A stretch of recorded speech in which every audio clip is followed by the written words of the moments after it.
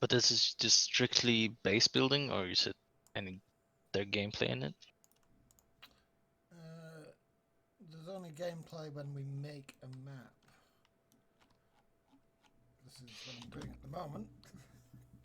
Mm-hmm. Building this castle. Mm-hmm. But I haven't got very far with this one. It does take quite a lot of time to build up the base layers and to do all of the things. But I'm going to have secret passages. I'm going to have... I can have caves, but... Yeah, this one really does have too much work. And I was like really trying to follow all the rules and the book and everything, trying to learn. And they were like, "Can't I just take my big sword and swing at these 5 guys in front of me?" I'm like, nope, you don't have that ability. You can't do it. But when the combat was finished, I would have let him swing at the 5 guys and take them out, because it would have been just more fun. Because the engagement took so long that they got tired of it. It does happen that, yeah. Sometimes you have to take you have to keep an eye on the clock, and Yeah. if the combat is almost coming to a conclusion, you can kind of wrap it up and say, right, okay, so you see off the remainder of the enemies. Catilla knows what I'm talking about, and you end up in this situation so that you're able to take a short or a long rest, and we can do a little bit of what we call downtime in character roleplay. They have text chat channels where they can role play with each other, sat around the campfire, discussing backstories or plans or emotional things like that. Some groups fully embrace that and go into massive text threads of emotional role play, text based stuff, and others are just like, yeah, what do you want to do next week? Okay, yeah, go kill the blacksmith, sure. We'll do it. It's less role play than it is just planning murder or planning Yeah. player chaos. But it also gives me an insight into the engagement of the players and what they actually want out of the game. Yeah.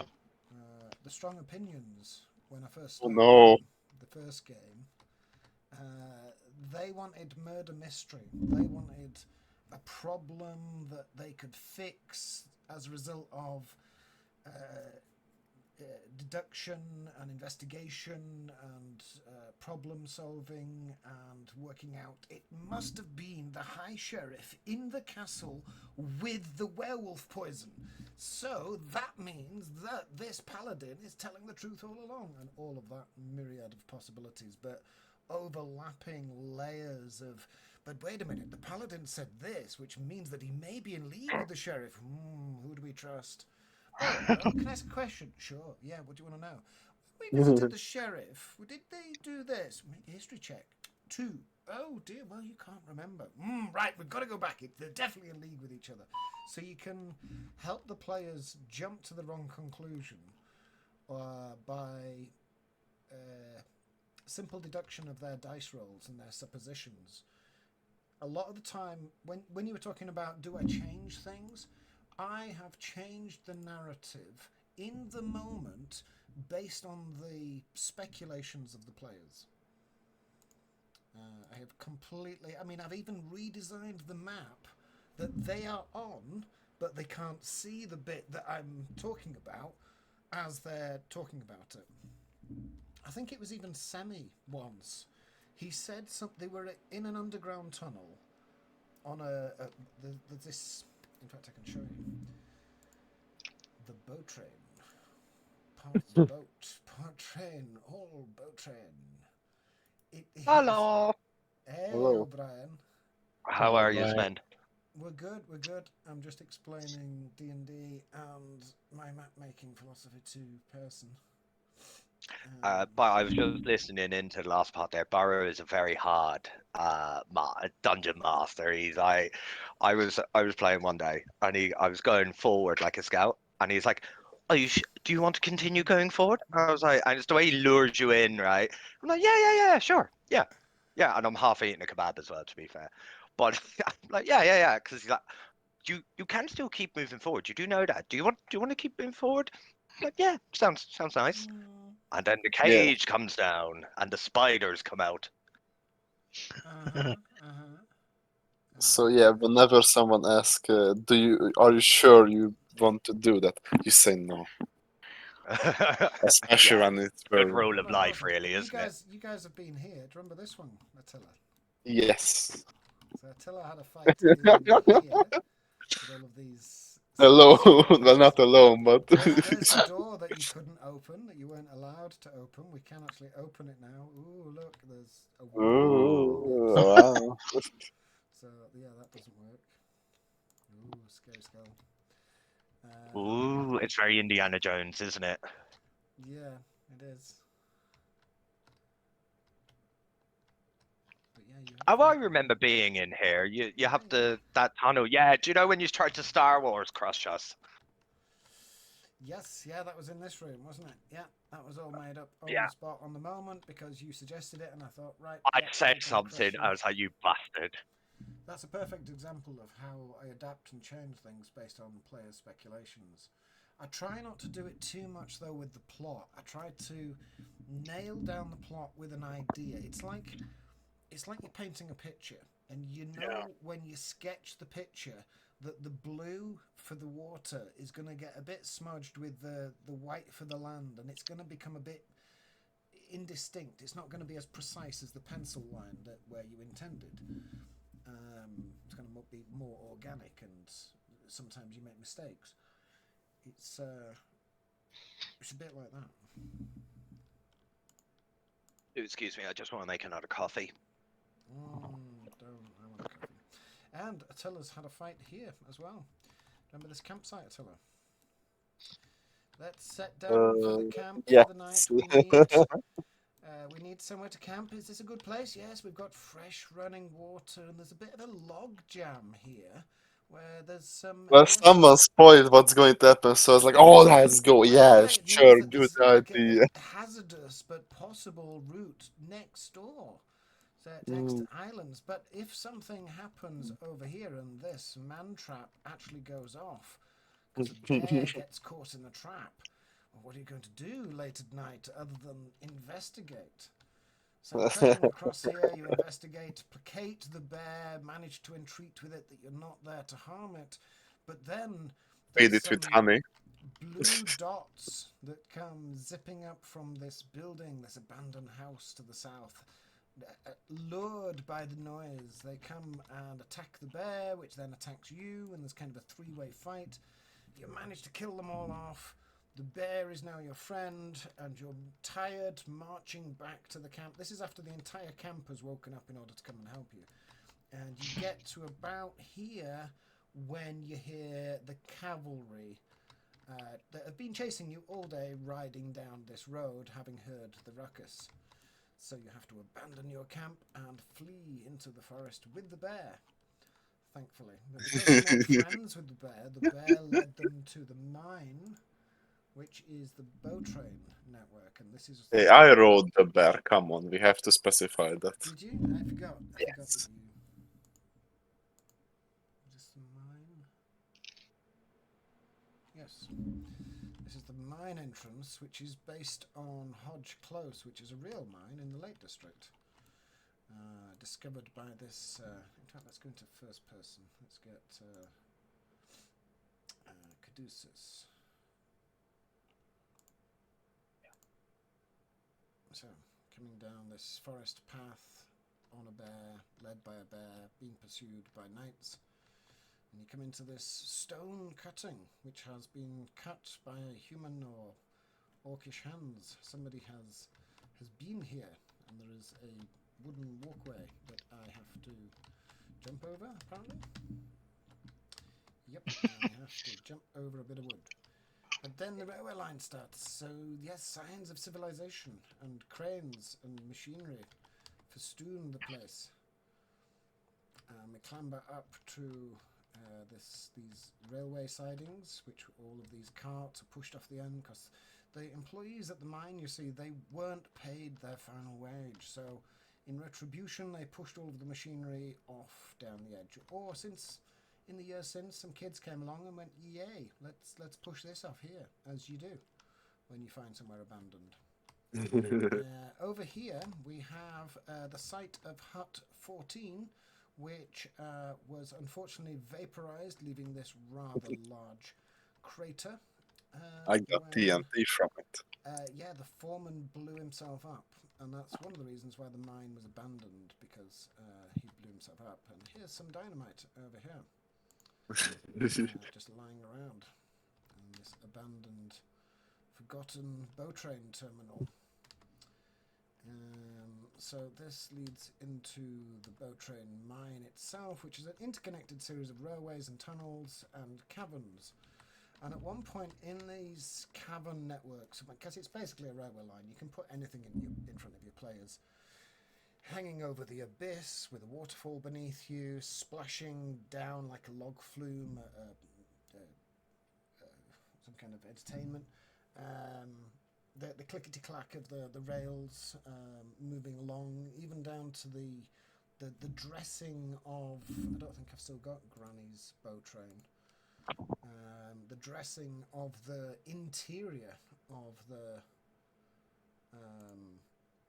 the bow train. And it's like, well, my cabin's over here, and I would have a bunk, and I would have this. And what the hell is this? Oh, this was a failed map. I started this, but I never finished it because I couldn't get this bridge right. Annoying. Hours spent designing layers and levels, but it did improve on my design. We learnt lots, so we built... Where is it? Port de Marly... Was it Venice de Marly? Let's go with Venice de Marly.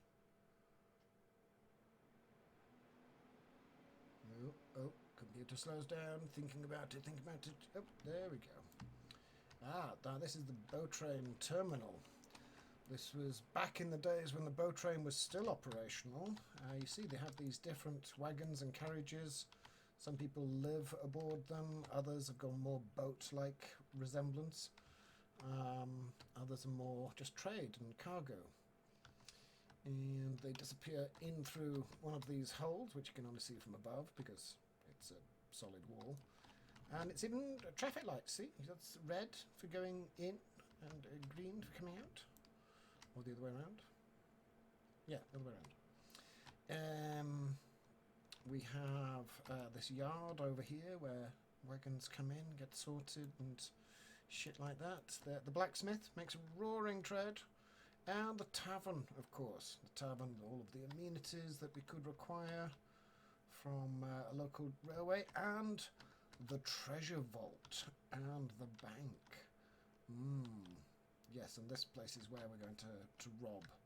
So we rob the bank by getting inside, get through all of these defences, get in here, have a bit of a fight, get into here, which is this like liquid-cooled pool inside the vault, and then take a boat ride out onto the docks, steal a boat train, and escape down the tunnels.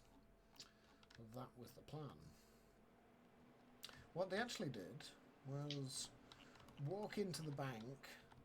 The rogue sneaked through this gate, sneaked through this door, got to this door, so the rogue was like there.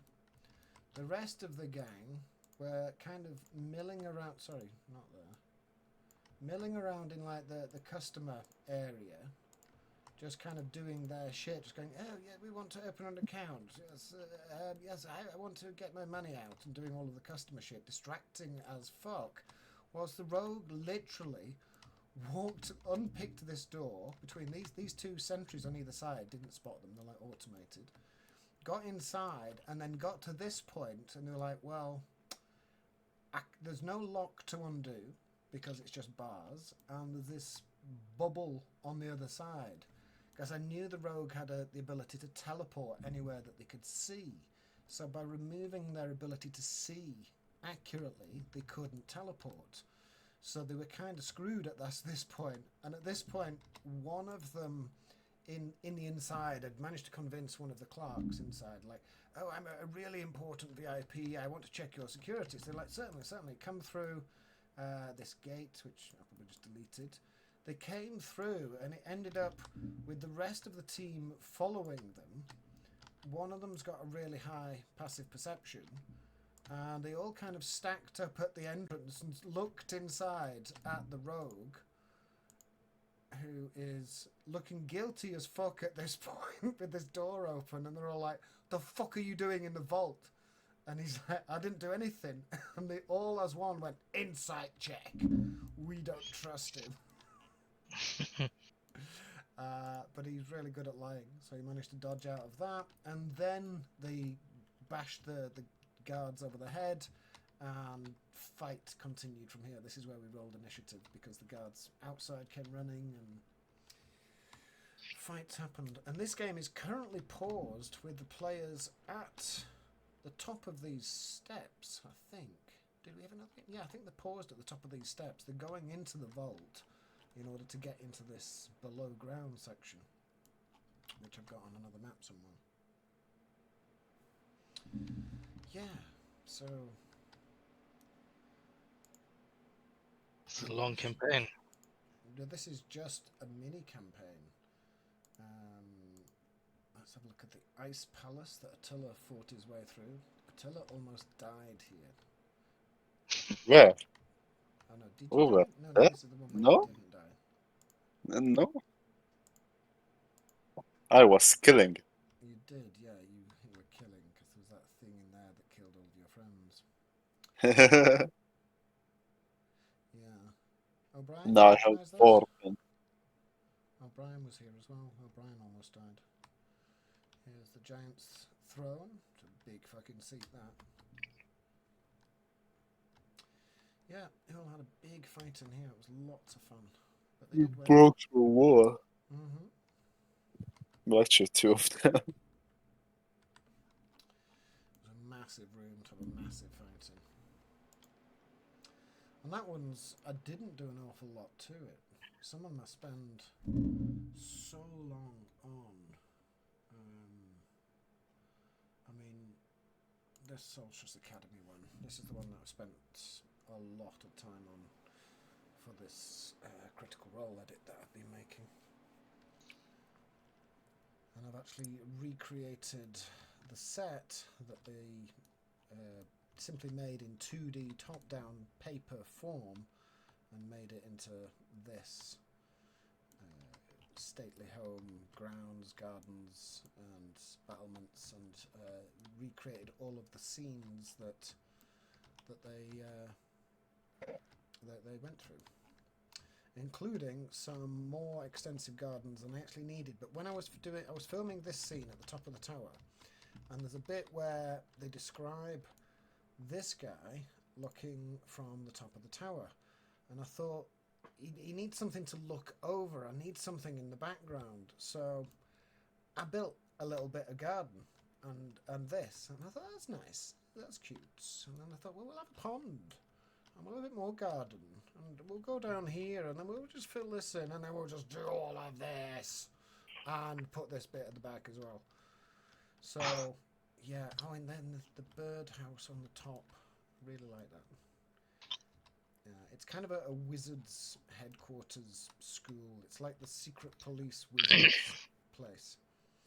You got a great imagination. I populated. You know how Germans have a tendency to put beach towels on sun loungers to say, "This is mine. You cannot have it."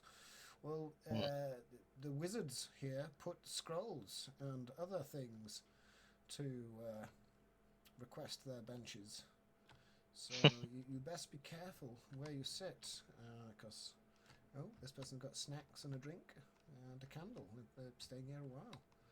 This money. Nope, it's a pipe. What are they smoking? Having a little smoke in the garden, are we? What have we got over here? I think. Nope. Where are you? What are you doing there? Get out of the bushes. Get back to patrol. Yeah, here we are. Wizard's hat and a sewing needle. It's nice to add these little touches that Yeah, it makes all the difference. help you come in. Hello, administration. I put all of those books on those shelves. All of those books are individually placed by me. Wow. So, yes, the detail. All of these leaves, all of this. See that collection of green? I put that there. This, all of that. All of this gardening's all mine work. See, I put that bit of grass. It's an art. Ivy climbing up the walls. These box hedges. And the tower, of course, which is why I'm building that castle. What else have we got? Which we could build a map, but it takes a while. Castle, palace, throne room, seen it. Game 9 map Avalier. I'm hesitant to open this one because this is Attila and O'Brien's game. Oh no, it's Attila's game. No, it's yeah. This was a limestone mine populated by... Fuck, what are they? Goblins. Goblins, that was it. Yes, it was a goblin tribe that was... Boogie Woogie. Oh yeah, Boogie Woogie. It's a long story. Using this lava that comes down and melts this gold ore, and they had an alchemist in here making it into coins for them. And he was kind of trapped here against his will, surrounded by all of these goblins, and it had these crystals. That's why he came here. These crystals hover or float. So he was looking to collect some floating crystals. But it had this tube teleport airlock thing, which is how Attila arrived. Popping out of there and meeting his old friend, the... By licking the gate, we have to specify that. Did you lick the gate? Okay, that might have been made up on the spot. Well, they were like this, and like, how do you check it fits me? And I just licked it, so. This, I remember spending a lot of time on this little section here. I thought this is where they store all of the gold, all of the bits and pieces, and this, I don't know what this was going to be. A magic orby thing of control, the thing that lets them do whatever it is I want. Oh yeah, that was it. I think it was going to control this. So the boss was going to jump onto here and be drifting around on it, firing things down at them. But they made friends with them. And then the bad guys turned up and there was a big fight here. Grease and Web, if I remember rightly. But yeah, this one was nice. I got some good screenshots from this one. Got some good, nice comments from people. I do like these bow train tunnels just go on and on and on forever. Bow train tunnel. I need to stop that actually. Broken Swan's Rest. This is quite a complex one. Oh, no, it's not. Oh no, this is the back. Oh no. Yeah, Attila's been here as well. Had more fights here.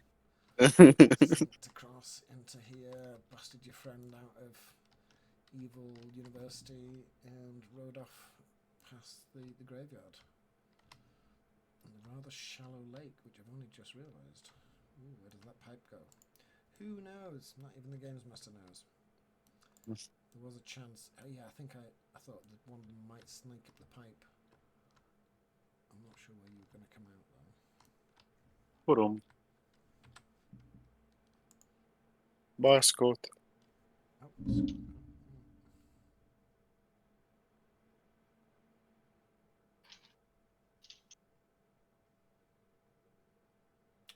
where's the one of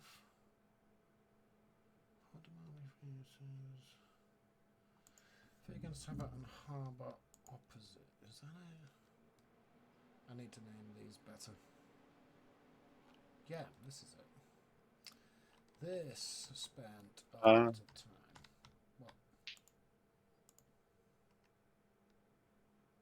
Something up? No.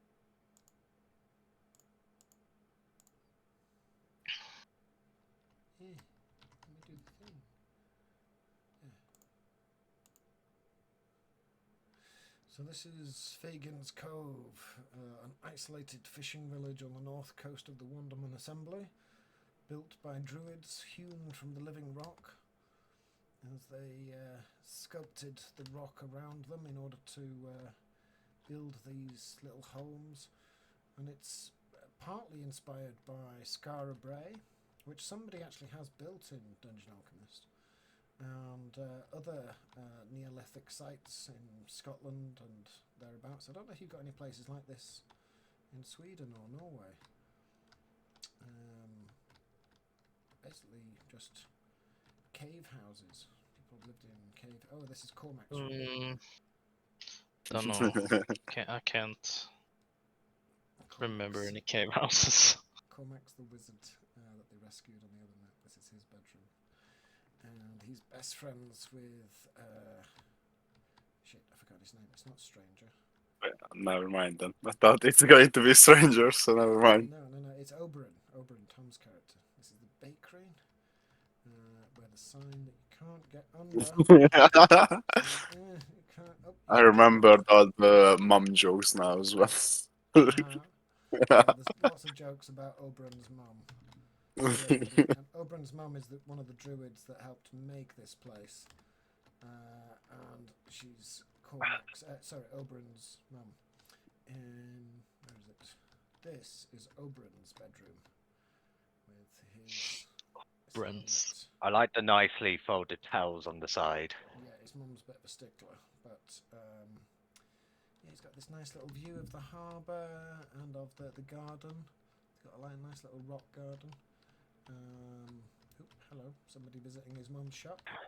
That goes up the stairs to the cliffs, and this is his little mum's shop. People come here all of the time, buy things off his mum, potions, salves, things like that. And would you get your fucking tail out the way? This is his mum's kitchen, where pies, bread, cake, stuff, pies. What's cooking today? Stew, and the dinner table. A rock table with benches and drinks. And all of these things have been placed by me. And over here we have Oberon's mum's room. Oh, that's that's where the magic happened. It is. I see. She's got a little. Show me your wizard sleeve. She's got some pumpkins there, some lemons. Oh, up here. Pumpkins, lemons.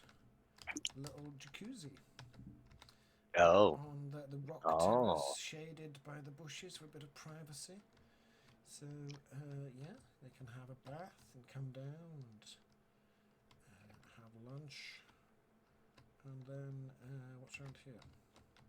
Oh, yes, the art studio.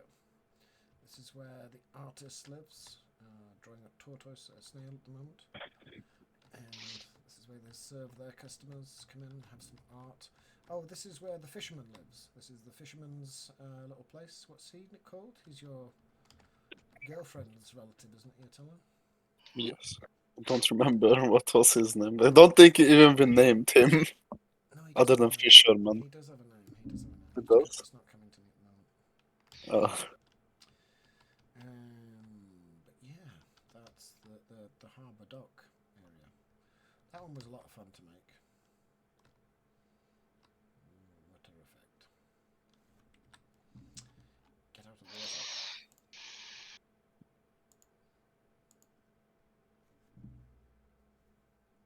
Tallenstad. Let's have a look at that. That's a very early one.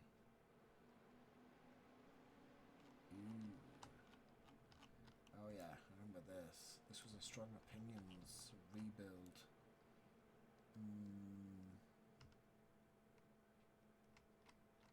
Yeah, this is what it looked like after the fight. This is what they got. This big dining table in. Volsaur is sat at the head of the table, Marcus at the other end. They have to send a message spell to each other just to be able to communicate and pass the soul. Yeah,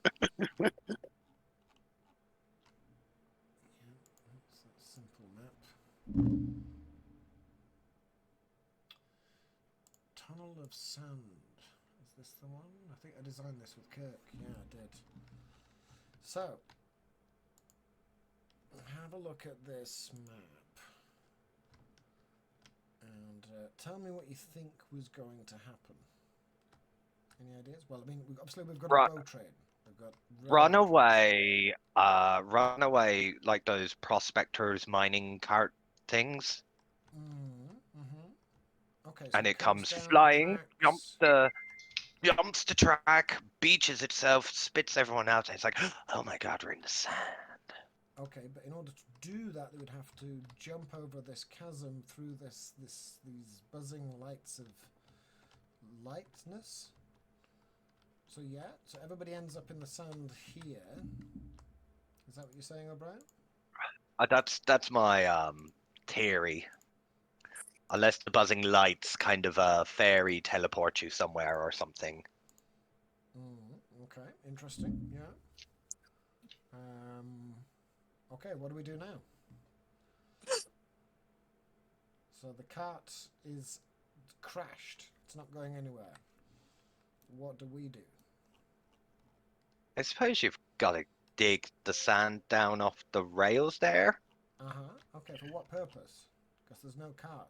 to try and get. Oh, there's no car. Yeah, Okay. cart's Um, wrecked. So uh, we might be able to dig I'm one. assuming there is some sort of a system of pulleys and levers within that cart area. Well, there is a crane over here. Well, you've got to Yeah, I've got a winch feeling that has something. something to do with it. Mm-hmm. And there is definitely a ramp on the other side. So you want to get your cart back on the tracks, but maybe dig the sand down so you can. Okay, so you're digging through here to continue along here? Or I'm thinking actually what you're going doing through is here? that top corner, yeah, digging Top that corner. down. So you're So going you're through taking here. your jump, and it looks like it leads you to a better place.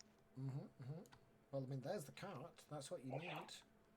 So how do you get that from there Oh, right, you've got to. Okay, down I to see it. here? It's one of those games, right? So, I've got a feeling there's something. So you have to put that crane, winch that piece into the middle here. It's like a connector thing to bring the cart. Right, I think I've got it. You want to run the cart. Ah, see, it's only a turn to the. Yeah. You want to bring the cart to the right and then back it up down the hill to the left and then straighten it on the buffers. Yeah, down there. And then you're swinging left at the bottom. Okay, yeah. And so you swing left, so you come down into the sand and grind to a halt. Yeah, well, you need to dig it all out first, I suppose. Oh, okay. Well, you've already ground to a halt in the sand. Because you'd want to be trying to bring it to the left and then going straight. And I feel in that crane is some sort of connector to get it Okay. on the track, and then it spins round and you do the jump. Can anybody deduce what O'Brien did wrong?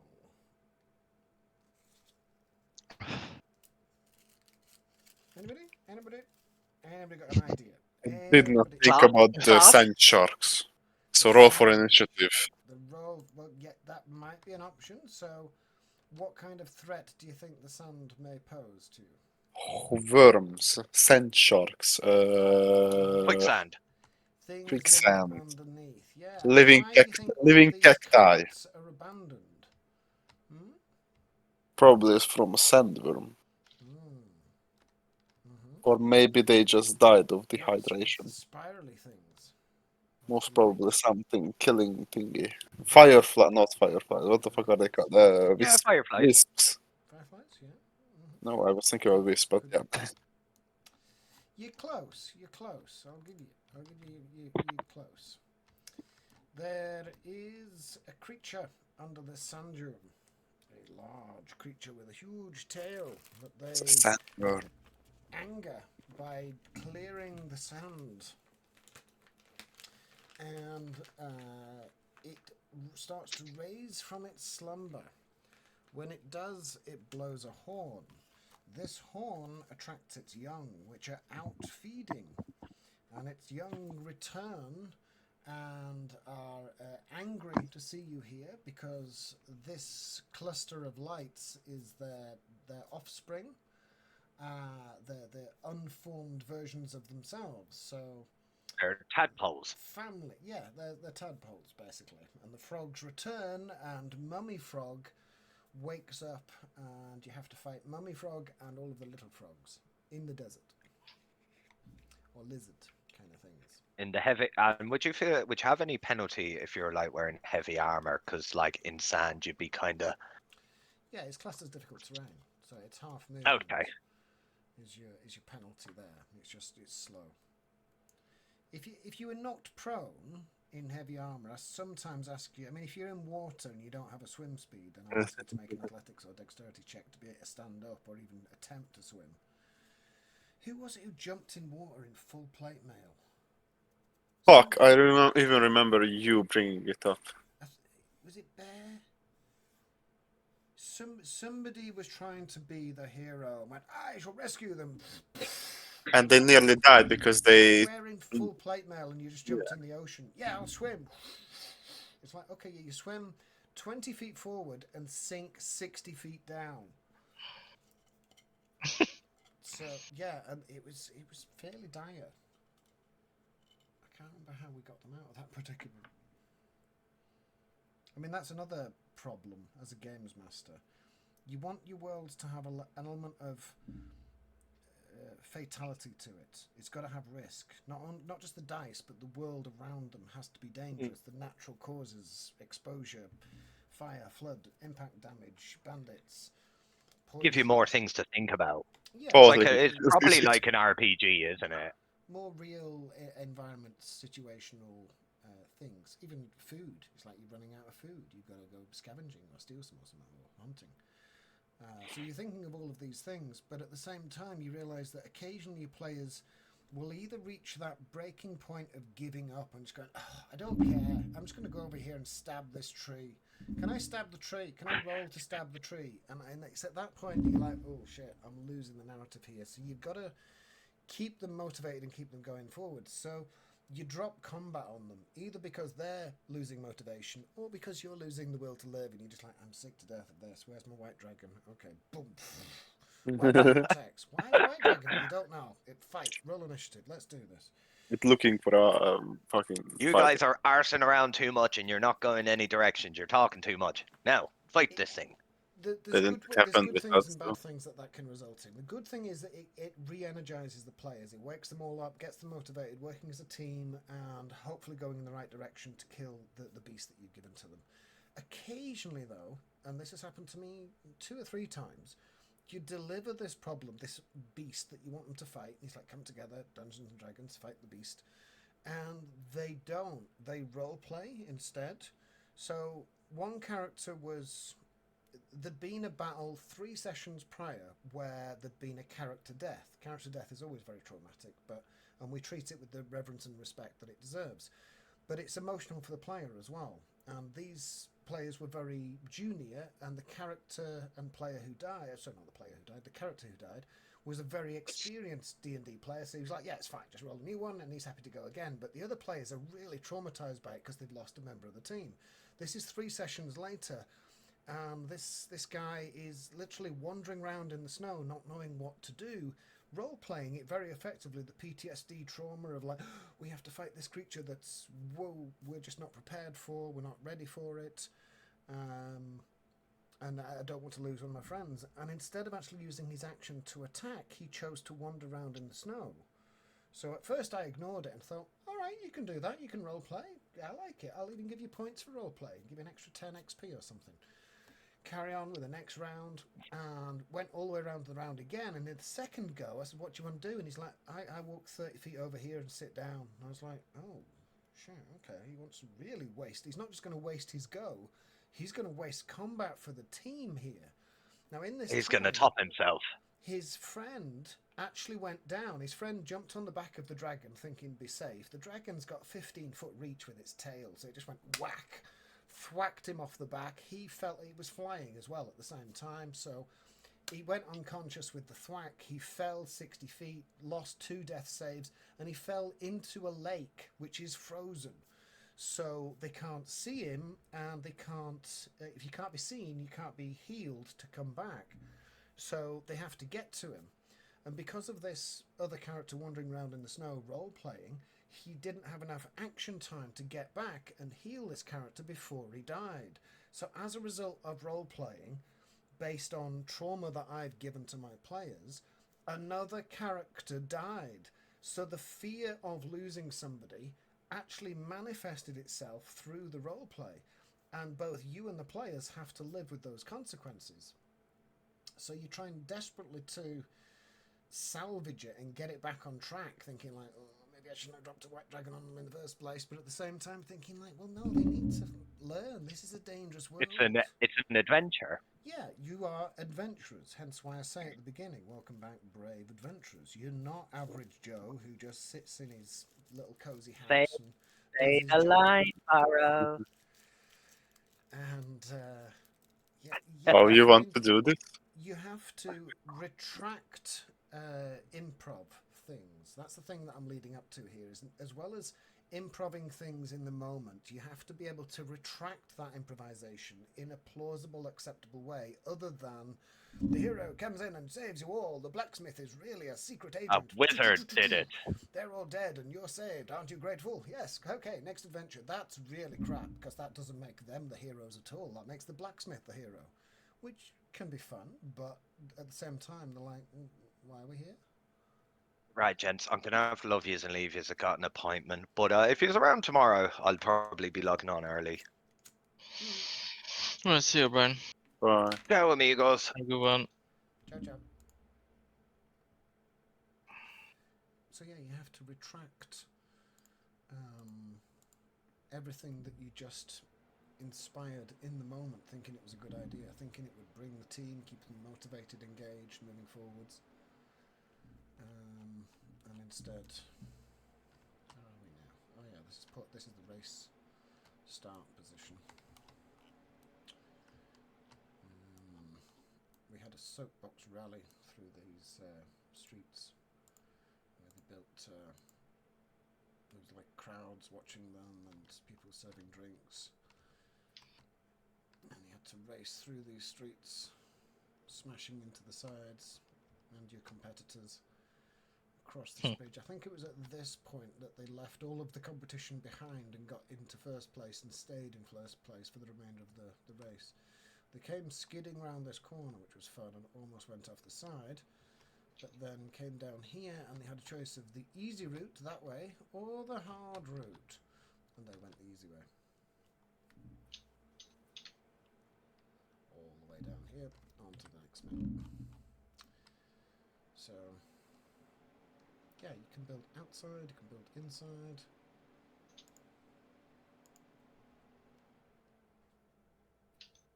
I'm trying to find a map that I made on the spur of the moment because I had this map designed. So I was like, yeah, this is going to be fun.